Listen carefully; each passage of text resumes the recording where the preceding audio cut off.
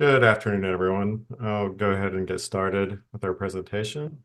Hello, thank you all for joining us today. My name is Greg Johnson, along with Sam Worst. We're members of the Illuminating Engineering Society, as well as members of the Education Committee for the IES Raleigh section. I'd like to welcome you today to our presentation on the LP-16, Documenting Control Intent Narratives and Sequence of Operations. Today we've lined up a pre-recorded webinar that comes to us from the IES Learning Portal, as well as some brief discussion from Sam and myself on the topic. So please note this event is good for one IES CEU, which as well as one AIA CEU credit. The IES credit will be automatically issued by attending, and if you need AIA credit, please provide your information to us after the presentation. We'll make sure to put our contact information in the chat below. Before we get started, I'd like to cover a few housekeeping items. At the bottom of your screen, you'll see a box for Q&A. Feel free to submit questions throughout the presentation. We'll address as many questions as we have time for at the end of the presentation. And lastly, the presentations are all recorded and archived on our YouTube channel. We'll also post a link in the Q&A at the end for that. So now to get started, just a few introductions. On screen, I have myself. I'm a senior electrical designer with Lauren Consulting Engineers, working in the industry for 16 plus years, predominantly in the healthcare market. And we have Sam Worst, who is a specification sales with KB Stevens. He works with a manufacturer rep agency serving Eastern North Carolina, working with architects, engineers, contractors to review a lot of the lighting controls and the sequence of operations to make sure to get a fully functioning system. And for our pre-recorded session, just to go ahead and introduce the presenters of the webinar, we have Lynn Gomez. She is an MEP coordinator for DPR Construction, 20 plus years of experience with startup and build quality into integrated systems for HVAC, electrical, lighting controls, fire protection, and so on. So she's a chair for the update to the DG16, the Standard for Lighting Controls Commissioning. She's on the board of the Building Commission Association, as well as chair of the annual conference, co-chair for the new standard of control sequences of lighting control systems, LP16, which we're reviewing today, and also teaches classes on lighting controls. And Shoshana A. Siegel, also a webinar presenter, currently serving as the president-elect of the New York City section of the Illuminated Engineering Society, and is an active member of the Lighting Controls Technical Committee, which develops nationally recognized standards for lighting control. She is a professional member of the IELD and is among the first professionals in the world to earn the certification CLD. And she is a senior designer at the Hart-Ranft Lighting Design. So before we get started into the presentation, just kind of wanted to do a brief introduction of what LP1622 is. And really, most of what it covers would be controls, intent narrative, and sequence of operations. With the two of these kind of working hand in hand, but generally the control intent narrative will come in earlier in design, taking the owner's project requirements and turning that into a kind of a general description of the project goals, control intent strategies, kind of the basis of how the project will be designed. And then further along, as you go into design, the sequence of operations would be developed. And this will give a lot more detailed description of how the lighting control systems will be designed and commissioned. So that is a little bit more of the how the system will function. And Sam, do you have anything from your perspective in terms of the um, construction side of things of sequence of operations and controls intent? Yeah, the sequence of operations is really what ties in all of the details that are on the lighting sheets. So between the symbol legend and what is on the lighting sheets, and potentially keynotes on those lighting sheets that may refer specifically to the sequence of operations to help direct, all the different stakeholders on a project to the sequence of operations so they know that it's there and something that is to be reviewed. It provides clear direction to the electrical contractor as far as what expectations are for what is considered a complete and working system. A lot of times, what we see on the rep side is just a takeoff for a bill of material based on the symbol legend and all of the symbols that you have across your lighting plans, and then a note at the bottom that says provide a complete and working system. Without a detailed sequence of operations, it's very hard to evaluate what additional hardware may be necessary beyond what is just on the lighting plans, what kind of backbone hardware, networking equipment, such as interfacing with the BAS, such as AV integration, which is something that they'll touch on more in the presentation. So keep that in mind as they're talking about it, because this presentation largely focuses, like Greg said, on the control intent narrative and the sequence of operations, but the information that's on the lighting plans is just as important, and the sequence of operations table helps tie all that together. Right, yeah, and as energy codes and lighting control systems become more advanced and more stringent, sequence of operations, I think really just becomes much more important to make sure that it's, well documented, highly detailed, just to make sure that, we cover all our bases in design and commissioning. So just kind of give a brief summary, the examples of a controls intent narrative and sequence of operations timeline. I won't go into too much detail on this, but just briefly, you can see the kind of the breakout that normally during schematic design, early along in design, you're going to want to really develop the controls intent narrative. The detailed sequence of operations is not quite as important at this point. It can be very kind of broad. And then as you work into design development, you're going to start adding more details to this, about the system. And then in construction document phase, you're really going to have to get the sequence of operations really developed and detailed. It can always be good to include a control intent narrative, whether it's in specifications or in the drawing to the project to help kind of give an overall view of what the intent of the controls are. But really that sequence of operations is, the big ticket item for construction documents and also leading into the construction administration phase. And this is just kind of a brief example of what a sequence of operations may look like on a set of construction documents. There's a lot of different variations depending on your building type, your project, or just from company to company. They may have different ways to show their tables. So at this time, without further delay, we'll go ahead and start our presentation, the pre-recorded webinar for LP-16, Documenting Control Intent Narratives and Sequence of Operations.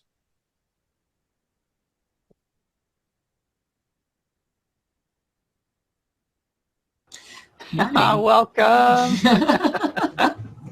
Okay. Hi, everyone.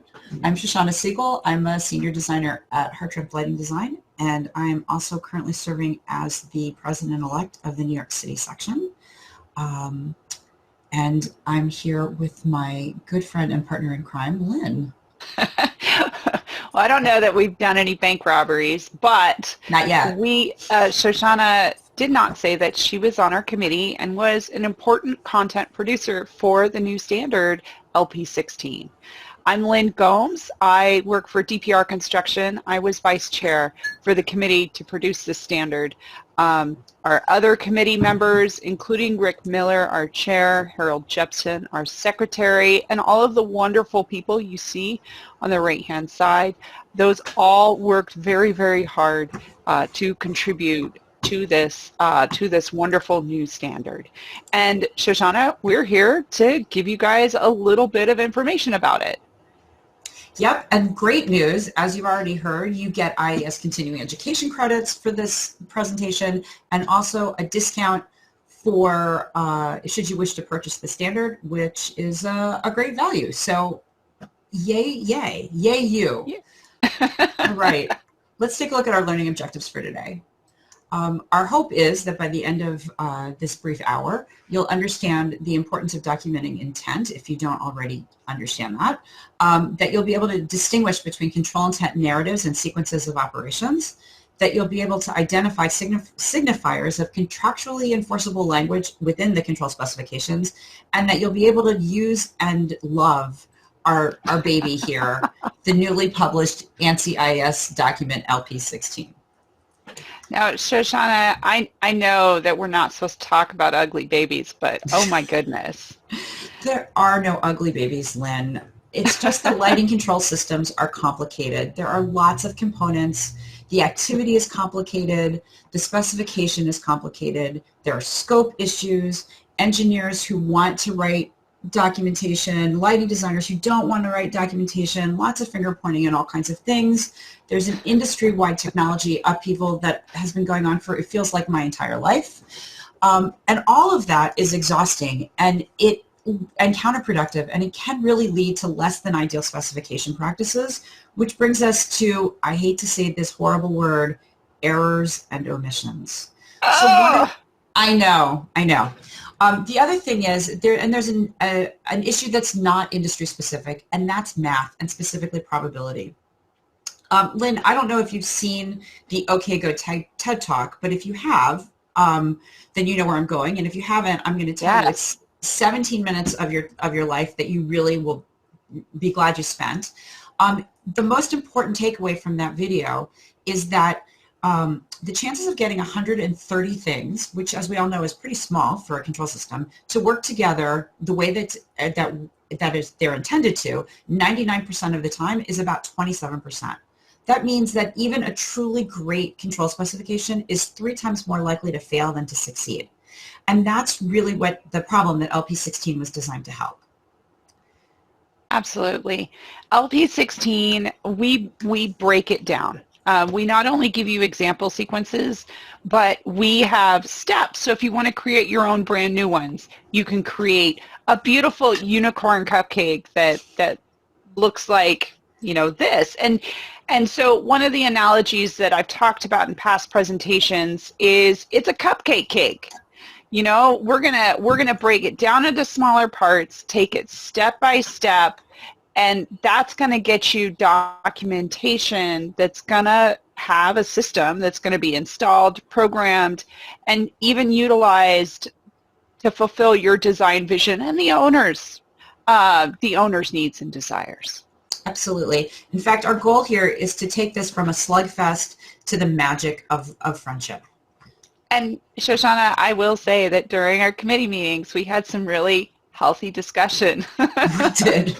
We absolutely did. And we'll actually, we'll tell a couple of those tales as we go through this, because some of it is actually pretty instructive.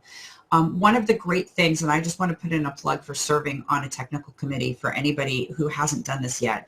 One of the great things about doing this is that you really do have an opportunity to engage in honest, respectful, and intense discussion with your colleagues from all over the industry.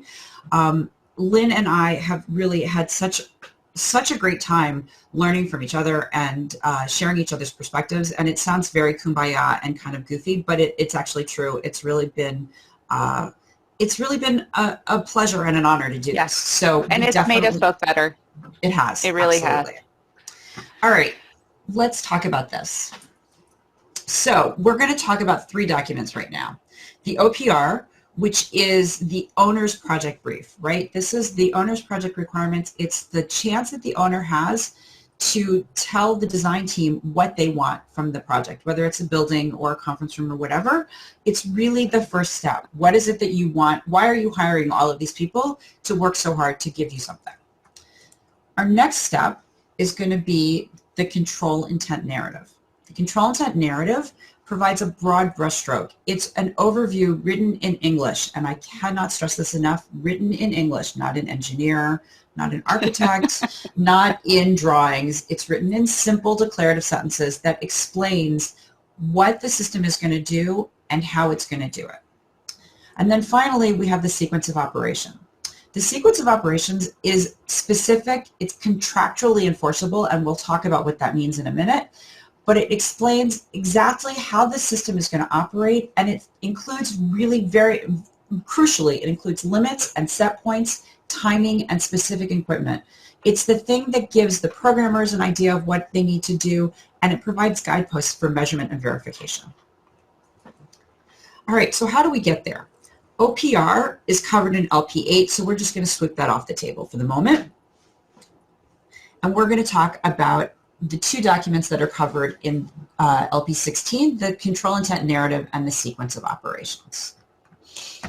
So before we get into exactly what these documents do, let's start on just a journey, right? Let's talk about a private office. Since lighting control is about creating operational characteristics for luminaires within a specific environment, we need to define how things behave. So here, let's look at this. What happens when people leave their office? Lynn? Well, the lights go off, right? Oh. It's part of code, but you know what? Owners expect it now. That's true. And so the next question is, when people leave their office, what is it that's going to control how the lights go off, when they go off, to what degree they go off? So the owner has told us it's going to be the time of day and how long, well, and code has told us that it's going to be the length of vacancy. So let's take a look at this in each of these three documents. I know I just said we were going to sweep one of them off the table, but I kind of lied a little. In the OPR, just a little, in the OPR, we have very, very basic language. Simple local control to meet code. What does that tell us? That tells us a couple things.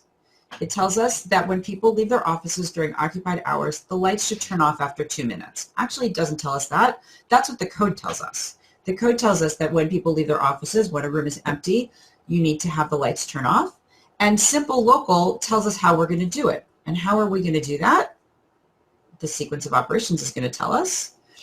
Private offices shall be equipped with ceiling-mounted vacancy sensors. During operational hours, sensors shall operate with a 2-minute ADJ time delay. We'll talk about what ADJ means in a minute. It's really important. But what's most important for this particular part of our discussion is that we know a little bit about timing, we know a little bit about equipment, and we know a lot about behavior. Let's just look at one more. Go ahead. Not only that, but in the sequence of operation, it's very specific. I know that as a contractor, I know that I better see a ceiling mounted occupancy sensor on the plans. Not only that, it's actually not an occupancy sensor, it's a vacancy sensor. So I know how to program it, I know how that's going to work, and then I know that I'm going to program that occupancy sensor or that vacancy sensor to turn off the lights after 2 minutes, and I know what to test it at. So let's look at another one. Hallways in every project all over the world. When are the lights on? And the other question, what happens at night? So Lynn, when are the lights on? Occupied hours, when everybody's there. Good answer. And what happens at night? Well, you know, I would say they'd turn off, but looks like the owner wants them to come back on for security sweeps and maintenance. Absolutely. So we know that there are going to be people working in the building overnight, and we have to provide enough light for them to do their jobs. So let's look at the OPR. The building hours are 8 a.m. to 6 p.m. Monday through Friday. So that tells us when the lights have to be on. The hallways should go dark when the building is closed. That tells us when the lights need to be off. And cleaning and security crews need light. Well, we knew that. So the nice things about this, Shoshana, is we already have one of our set points laid out in our OPR, and that's our building operating hours. Oh, that's true. It's right there. Look at that. So we already know that between 8 a.m. and 6 p.m., at the very least, the lights should be on. Now, in a control intent narrative, we probably want to give a little bit of cushion, a little bit of space on either side. So our control intent narrative statement is going to say hallways should be lit between 7 a.m. and 7 p.m. That way people can get in early before the building opens, and if they're running late, the lights don't shut off. What else do we need to know? We know that during unoccupied times, oops. We know that during unoccupied times, we want the lights to be at a lower energy conserving level. So hallways should be at a lower intensity overnight. And we know that during off hours, hallways should respond to occupancy cues. We get that from the fact that the cleaning and security crews need light. Now let's look at what our sequence says. All right. Hallways shall be equipped with ceiling-mounted occupancy sensors. How do we know they're occupancy sensors? Because we know that the lights come on and is in response to occupancy. They should be controlled by the system time clock. The lights shall energize to operational intensity, which is 10-foot candles, at 7 a.m. and reduce to a lower nighttime level at 5 p.m. And you'll notice that we have an indication of just how bright or dark these hallways want to be. From 7 p.m. to 7 a.m., though, we want the hallways to respond to occupancy cues, and we want them to energize to operational intensity. You'll notice that even though it's easier to say what we want, in the documentation, we actually use the word shall. And then when occupancy is not detected after 20 minutes, the light levels shall revert to their nighttime levels. So basically, we've said everything we need to say about when the lights are on, when they're off, and what they need to do. So Shauna, I'm going to add a little bit of bonus. This bullet too about the hallway lights responding to time clock cues. This implies a fully networked lighting control system, or at least this hallway connected to the network, because it does have to respond to time cues. One thing that we're not talking about, just we can't cover it because of time, but it's in LP-16 we talk about network diagrams and how important they are. As a contractor, I speak from experience that this kind of cue that you need network level control goes way above our heads. Honestly, we're going to miss it 9 times out of 10. And so that's why it's really important to have a network diagram that would support this assertion right here. Right. That's actually a really, really good point, Lynn. And the other thing that it actually talks a little bit about the graphic that we're using for our 3 documents. These documents, and we'll talk a little bit more about this a little bit later on, they're iterative and they're a referential system, right? They have to relate to each other. They have to take information from all 3 documents and cycle through the creation process of each subsequent step in order for all of the different points to get caught and for everybody to get all the information that they need. So let's look a little bit about how LP-16 can help and what it provides. Okay, so what's included? The standard seeks to develop a process so that documents can be developed in tandem, feeding into each other. Funny, I think I just said that. The theory behind this. So nice you said it twice. I know, it's really important. The theory behind this is that they can then form a cohesive whole. It's really important to understand that one of the most important aspects of having a standard is that it provides an objective definition of what does and doesn't constitute a specific document. This is a control intent narrative. This is not a control intent narrative. In this case, LP-16 defines the specific types of information that go into each document and provides sample language that demonstrates how to clearly communicate your intent. So, and it does that by providing sample text, by providing timelines for development, documentation examples, and even helpful questionnaires in case you don't have all the information that you need before you start, as if that ever happens. So one of the things that I often see is a control intent narrative, and sometimes on a contract document, it is called control intent narrative. Sometimes I see this level of language passed off as a sequence of operation. And it's really, really important for folks to understand that the control intent narrative and the sequence of operation are not the same. The control intent narrative is going to have just descriptive language with a broad overview. It's going to be fairly thorough, but it also needs to be written in English, plain declarative sentences, not engineerese, as Shoshana likes to remind me. It's true. The like sequence of operation is going to be super specific. We're going to have clear enforceable set points, like lights shall come on to 30% of full, and maybe that's adjustable. It's going to have clear parameters, like what are our light levels? Well, in this case, general lighting in offices are going to be 300 lux. And then it's going to have contractually enforceable language. We're going to use shall, not should. And set points under the clear parameters and the specific set points, those are also very contractually enforceable. Let's look at a couple of other ways that the two documents are different.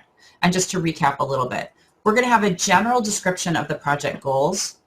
We're going to have control strategies that are going to satisfy those goals. So the owner wishes X, and we're going to do this by providing Y.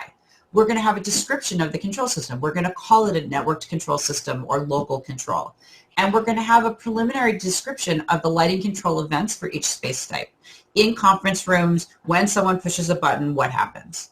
In the sequence of operations, we're going to have the specific steps that are going to achieve those goals. We're going to have functional and programming requirements, equipment requirements, set points, levels, timing, all sorts of things that will make it very clear what everybody needs to do in each step of the way moving forward. How do we achieve our goals?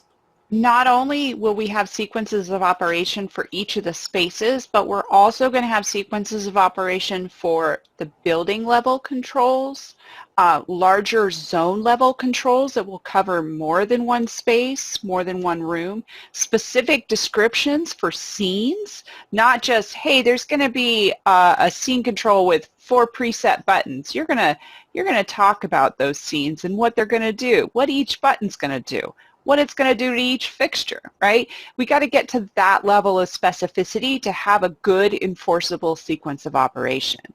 And then don't forget about exterior lighting and emergency lighting. Those often get forgotten, but they are critical components to the lighting control system. And of course, the other thing to remember is that we're looking at this as a project-long process. No one sits down to write either a control intent narrative or a sequence of operation, or let me rephrase that. No one should sit down to write either a control intent narrative or a sequence of operation from soup to nuts in one sitting. It's just too much information. What you really want to do is you want to sit down and think about it at each step. Now, this is a little bit difficult, because of course we know that there's always so much time between phases, and phases completely get finished and locked off and backgrounds get frozen, and then we pick up and start the next phase. Okay, I'm joking. But just in case somebody took me seriously, it's important though to remember that we do need to take time. You're going to need to stop yourself and look back and look forward in order to do this properly. Let's look. Okay. Go ahead. Yeah, let's look at, because we're going to get to those specific phasings, but let's look at an example of how we turn a control intent narrative into a sequence of operation. Awesome. Go ahead. Okay, so here's our control intent narrative at left, and hey, here's a general statement: automatically turn all the lighting on when the space is occupied. Or in this case, off when the space is empty. Oh, sorry. Oops. So here is what that sequence looks like for contractually enforceable language. This time we have a little bit longer time delay for turning those lights off. We have 20 minutes.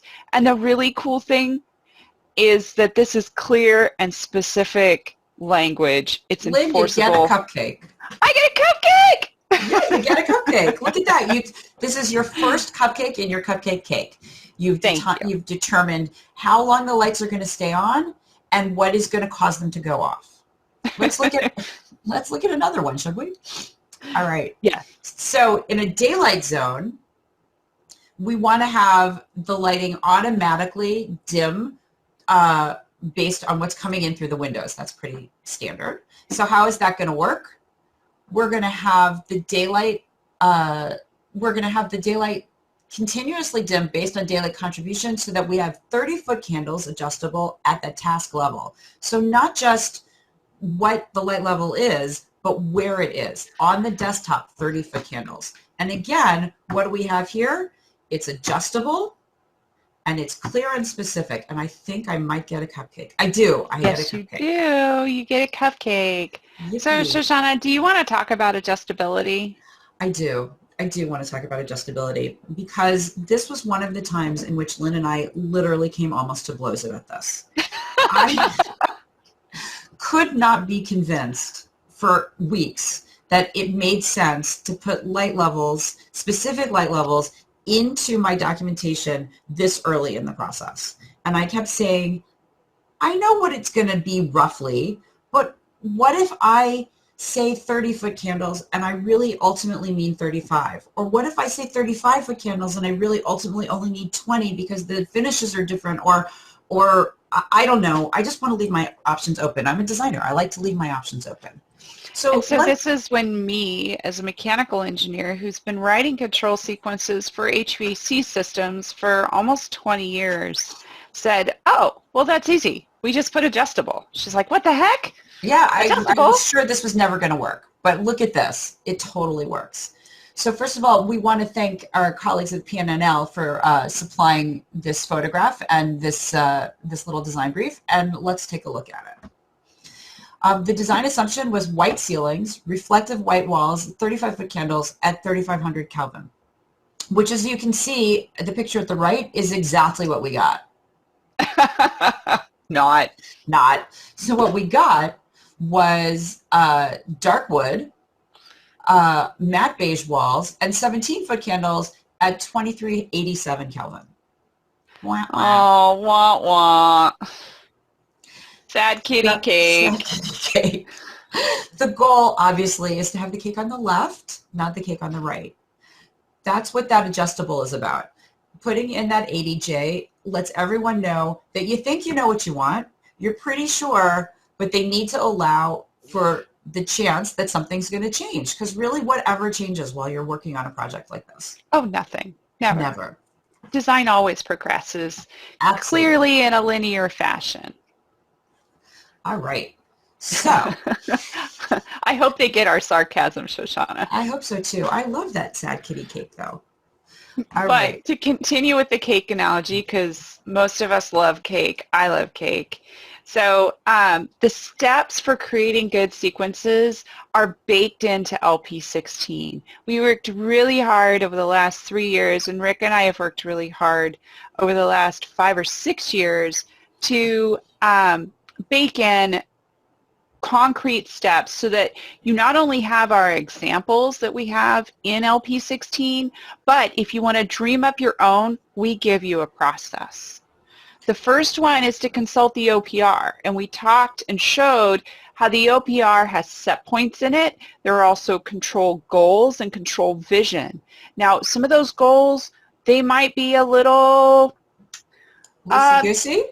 well, loosey-goosey, or even just you may not make the connection right away, right? I mean, if we're going to have an EUI, an energy use intensity of 20, what that means is we're going to, that's actually almost a net zero level for energy savings or energy consumption for a building. So what that means is we need to have a very, very efficient lighting and control system, right? So that's going to translate over into step 3, but we're going to put that, you know, we're going to hold that.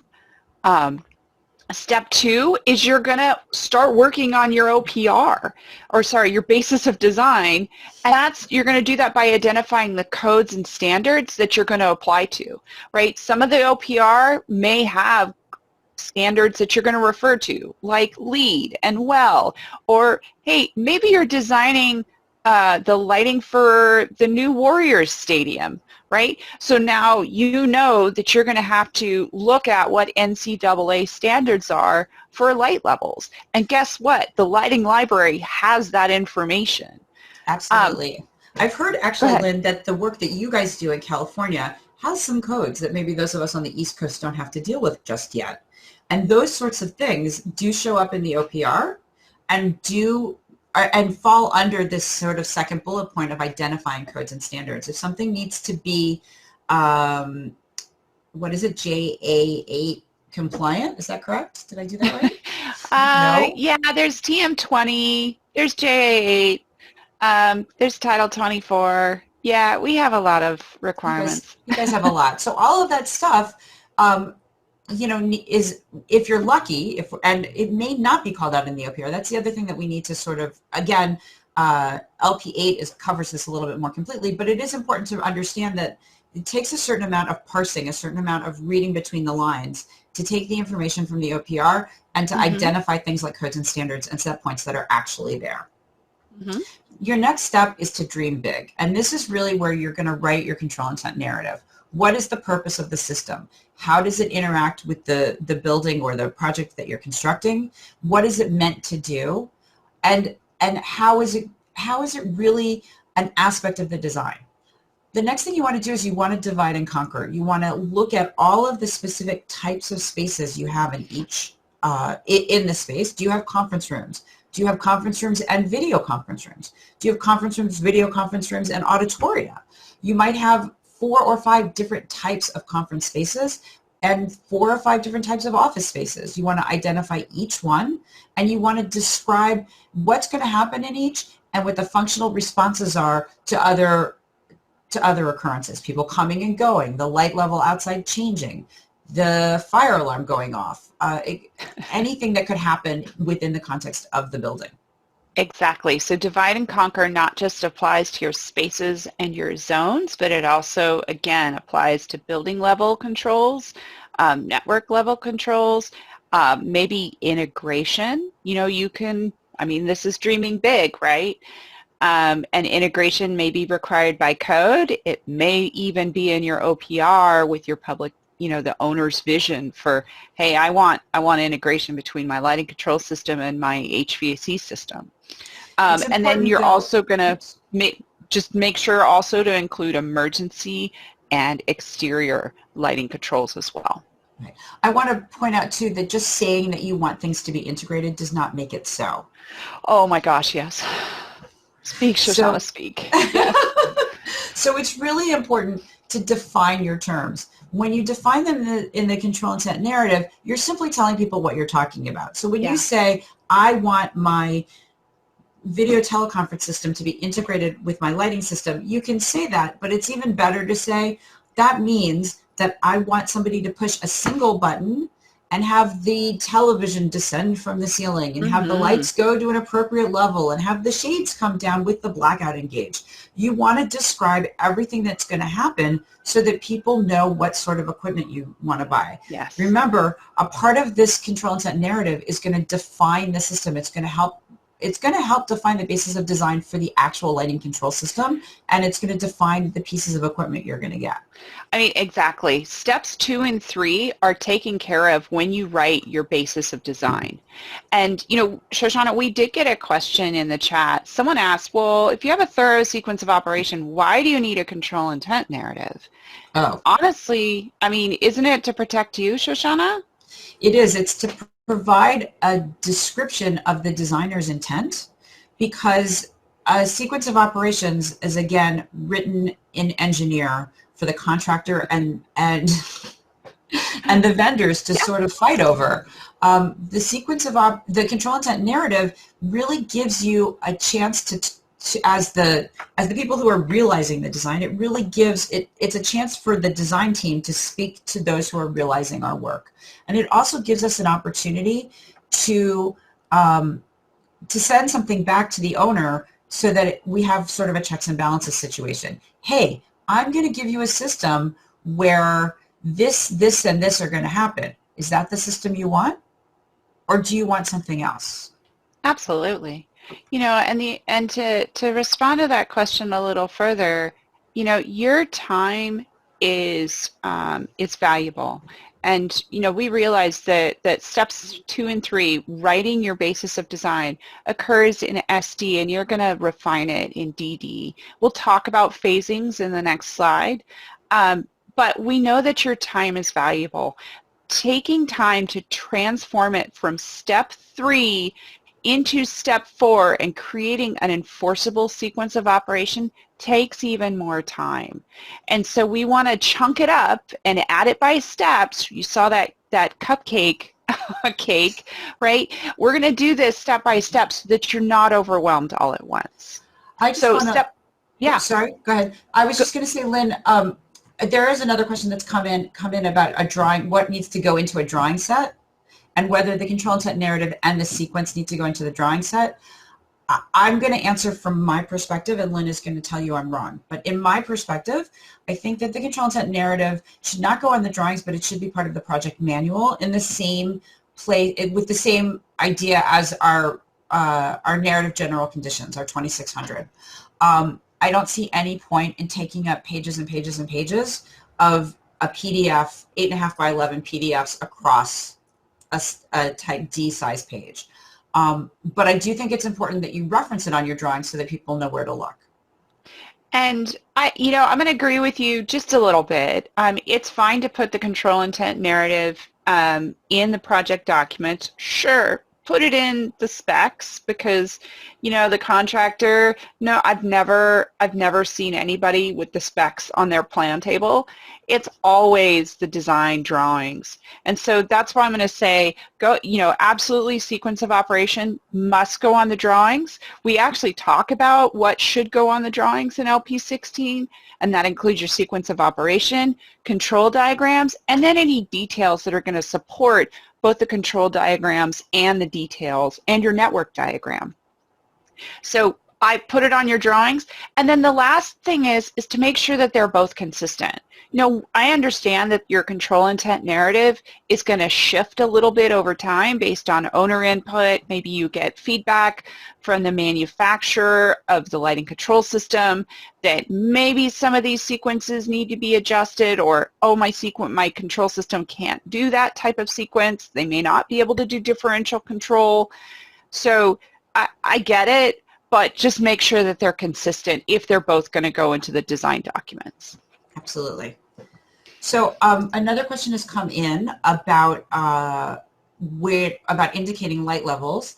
When indicating light levels in a sequence of operation, do you indicate if those values are at the floor or at desk height? And yes, you better indicate where you want somebody to put the meter, because if you don't, then it's up to the person who's doing the measurement and verification to decide where it goes. And they're going to get it wrong. It'll be wrong.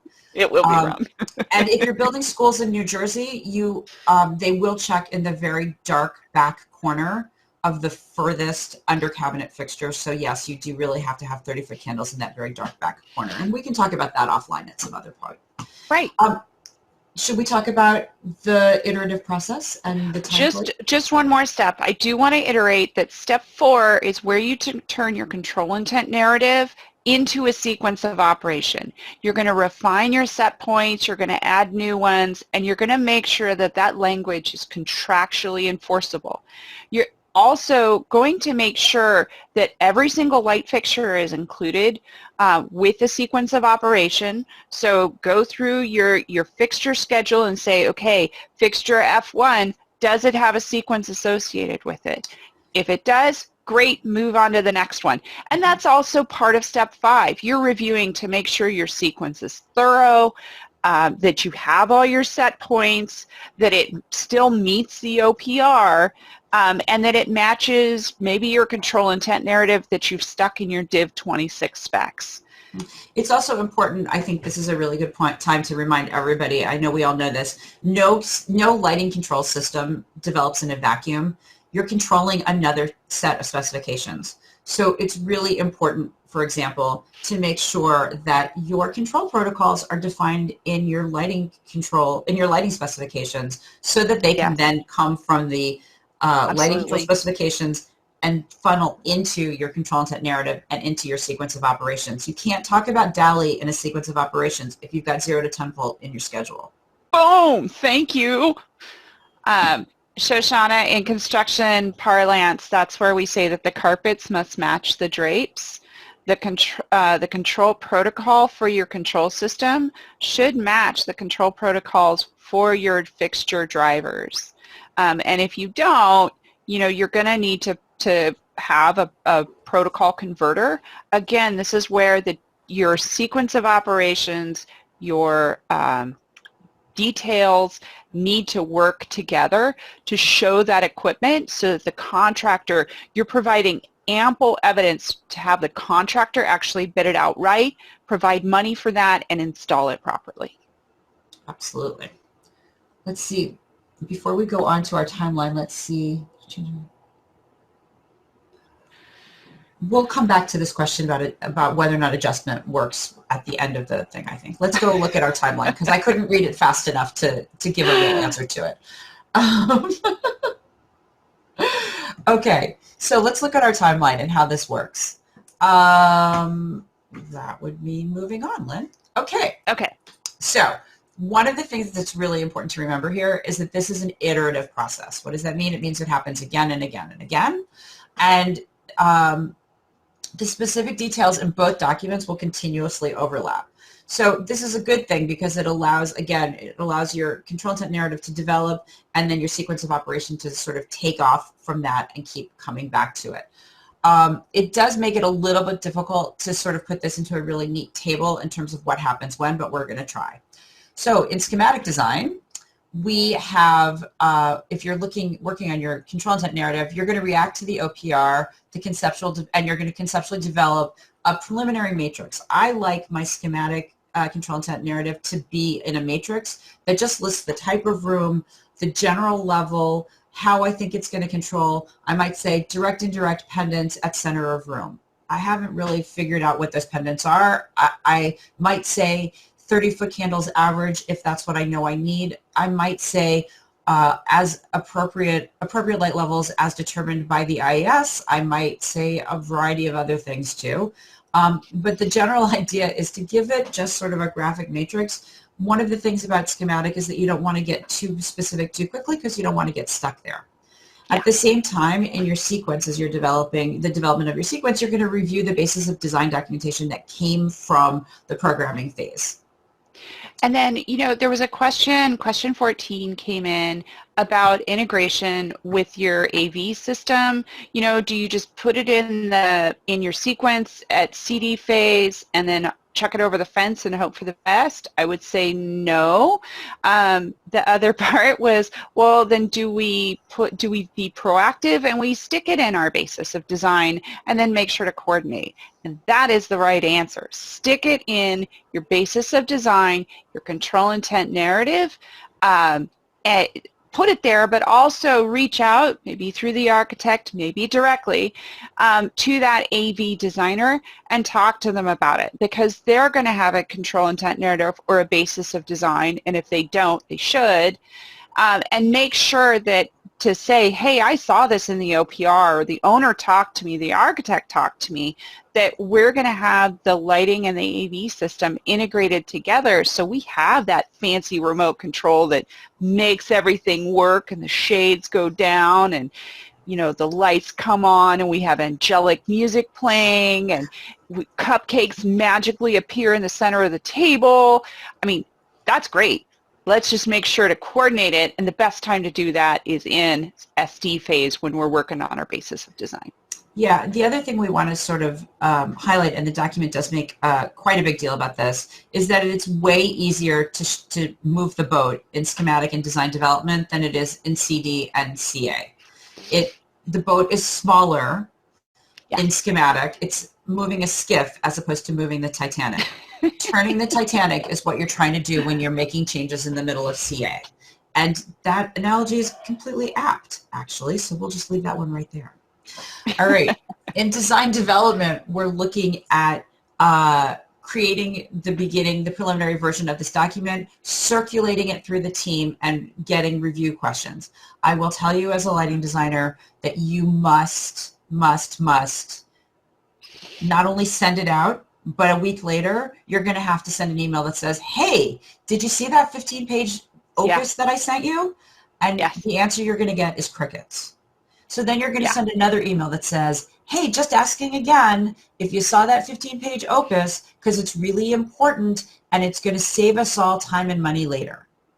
Usually when you say that time and money thing, that kind of gets people a little bit interested. The other thing is, I'm going to have to ask for ad services if you don't read my control intent. That usually gets people's attention too. Sometimes you got to play hardball. At the same time, in your sequence development, you're going to start looking at technology, right? The design development version of the specification, of the lighting specification, has started to identify specific typologies of fixtures and sometimes even manufacturers of fixtures. So this is a time when you can start looking at, all right, am I going to make the mistake of trying to do tunable white with 0 to 10 volts, or am I actually going to do the right thing and go to DMX? Oh, sorry, that's the wrong talk. Different topic, but I stand by that. But you are going to start doing a technology review. Can your system handle all the different protocols that you're specifying? Do you need to specify all the different protocols that you've included? Maybe you could narrow it down and make it a little bit easier for everyone. What can you do? What needs to happen in order to make these various pieces of technology come together into one unified system? Lynn, why don't you talk about what happens in CD? Well, CD, you have a definite specification for your lighting control system, and it includes your protocols, not just for your lighting control system, but also for your fixtures. You're going to have zoning plans, you're going to have schedules, lighting schedules, and your sequence of operations will be complete. It may have, you may do your control sequence with a matrix, it may be a narrative, but whichever format you choose, and LP-16 has examples for both, they need to have set points. In addition, we've rapidly or very much simplified this. You're also going to have diagrams and details that support your sequence of operation in your CD set. Again, as I said before, having additional diagrams, details will help the contractor bid this properly. And if they bid it properly, it's a lot easier for you to fulfill your vision and for the owner to get what they want. In construction administration, it's definitely very important to review the submittals against not only the control intent narrative, but also against your sequence of operation to make sure that that control system can do it. In the mechanical engineering world, control systems are sole sourced, and there is ample legal justification to do so, and I believe that lighting control systems should be sole sourced. But I understand that substitutions happen, and some folks really insist on a 3-name spec or a 4-name spec or a 6-name spec. But whatever the case, review the submittal for that lighting control system against your sequence of operation, because not all control systems are the same, and they may not be able to enact your sequence of operation. You know what? I want to stop for just a second. Somebody asked a really important question about what happens if you find a discrepancy between the sequence of operations and the plans and specs. And I'm going to tell you my 3 favorite words, my 3 favorite letters in the entire process, and I don't see enough of them. RFI, request for information. If as a rep or a distributor or a contractor or a human being, you happen to see a discrepancy between 2 different aspects of the project, ask the question. Sesame Street likes to say over and over again, asking questions is a really good way to get information. I cannot tell you how many times I've had a contractor look at me and say, yeah, I thought that looked funny, but I figured you knew what you were doing. Really? If you thought it looked funny, ask the question. No one minds responding to an RFI. No one. Absolutely. Yeah. And no, Absolutely. the control intent narrative is not synonymous with the basis of design, but we'll come back to that at the end and go a little Yeah. bit further into that. Cool. All right. So here's what you get in the cake that is LP16. Not just fun graphics and interesting interesting anecdotes from your co-hosts. Within the control intent narrative section is a step-by-step guide for how to write it, sample language for a variety of case studies, really very specific discrete control strategies, space type examples. We've tried really very hard to make sure that we've covered as many different options as we can. We have the same information for the sequence of operation. We also have control matrix examples for people who like to do their sequencing as a matrix, which is a little bit tricky, and Lynn has some very specific ideas about that, which I'm sure she'll be happy to share, about the good, the bad, and the ugly. But we have included a variety of different kinds of matrices so that you can, if that's the way you choose to do it, you can utilize them effectively. And then we have what we're calling helpful questionnaires. I hope they're helpful questionnaires. This is a way to get the information that you might find lacking in your OPR. Somebody else asked a question about what do we do if we don't have a good OPR? And I will tell you that when we were preparing this document and I went looking for examples of OPRs to potentially inform our discussion, I asked 3 of the different architects I was working with, and all of them said to me, what's an OPR? So the answer to that question is, here's some questions I'd like to ask you about your control system. I'm sure you haven't thought about it, but maybe if you could spend 5 or 10 minutes going through these questions with me, I could help give you a better system. And there was a question about which LP references OPR. That is LP8. It's called the commissioning process as applied to lighting and control systems. We're right in the middle, smack dab, of updating that standard, but Table 1 of LP8 is fantastic for creating an OPR.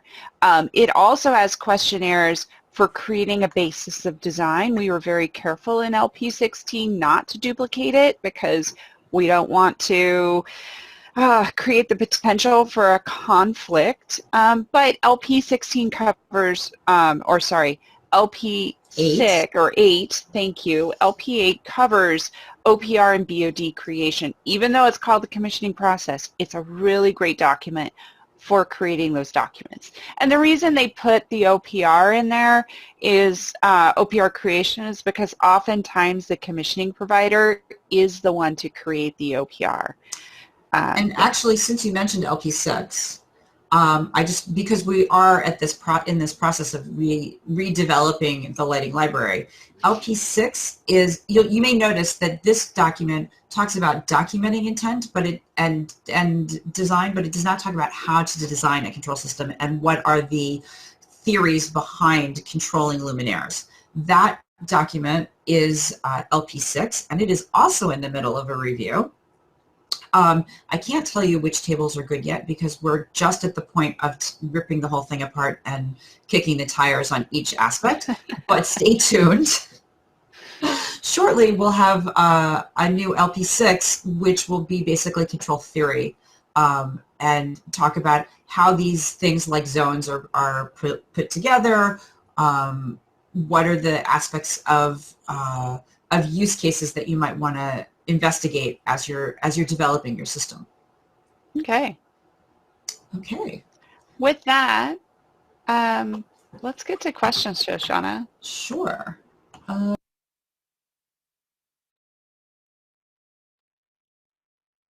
All right, I hope everybody enjoyed the presentation. At this time, we'd like to see if there's any questions from the audience that would like to be answered.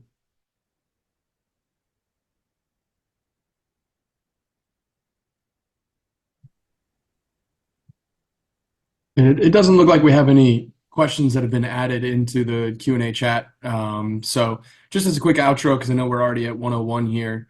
Obviously, to expand on this presentation, the LP16 document that's available through the IES and at a discount for those who are members It goes into a lot of the details that they were referring to at the end there. Some examples, some helpful questions to go through with your customers. So that might be something that you consider purchasing and reviewing to discuss internally with your firm as to how you would want to address some of the things that were discussed here. Also, other things that you might want to consider when working with a client, they may have an established preferred vendor for lighting controls, and your access to that manufacturer is typically through your local rep. So make sure that you are taking advantage of the services that they can offer you, such as providing you boilerplate Division 26 specifications for that lighting control system. You can use those to find some verbiage and terminology that you may want to add to your specification, as well as find wiring diagrams, one-line diagrams, and other things that can support your sequence of operations table. So there's certainly much more to the conversation that can be had in addition to the sequence of operations. This kind of just touched the surface of what that looks like. So I certainly recommend that LP-16 document. It is very thorough and provides some useful resources. And additionally, take advantage of your local reps for the different lighting control systems that exist on the market. And you can get a lot of useful information from them in addition to controls design drawings and things like that you can review during the design phase rather than just seeing those come through during submittals. As they mentioned during the presentation, there can be a lot of questions that can come from that during submittal phase that you may want to address early on during design to make sure that all of the different integrations and capabilities that you want the lighting control system to have, maybe whether that's as simple as multi-zone dimming or daylight harvesting, or on the more complex side, AV integration or BAS integration and what that looks like. And certainly there's a larger conversation to be had around commissioning, but we don't have time for that today and hope to do some presentation on that at a later date. So certainly look for that, something to check out in the future. We'll have more scheduled presentations in the coming months. So again, if you have any topics that you'd like us to cover, the IES Raleigh email is always an open channel for you to communicate those wishes, and we'll add that to the list of future presentations. Greg, anything to add in closing? Thanks, Sam. Really just a reminder that the presentation is recorded and available on our YouTube channel. I can place the YouTube link into the chat for anybody that may be interested. And also just a reminder for any of the AI ACEUs, just I put my email in the chat. You can send an email to me and we'll make sure that that gets to you. Aside from that, we thank you for attending and joining us today, and hope you enjoy the rest of your weekend. Thanks, everybody. Thanks, everyone. Goodbye.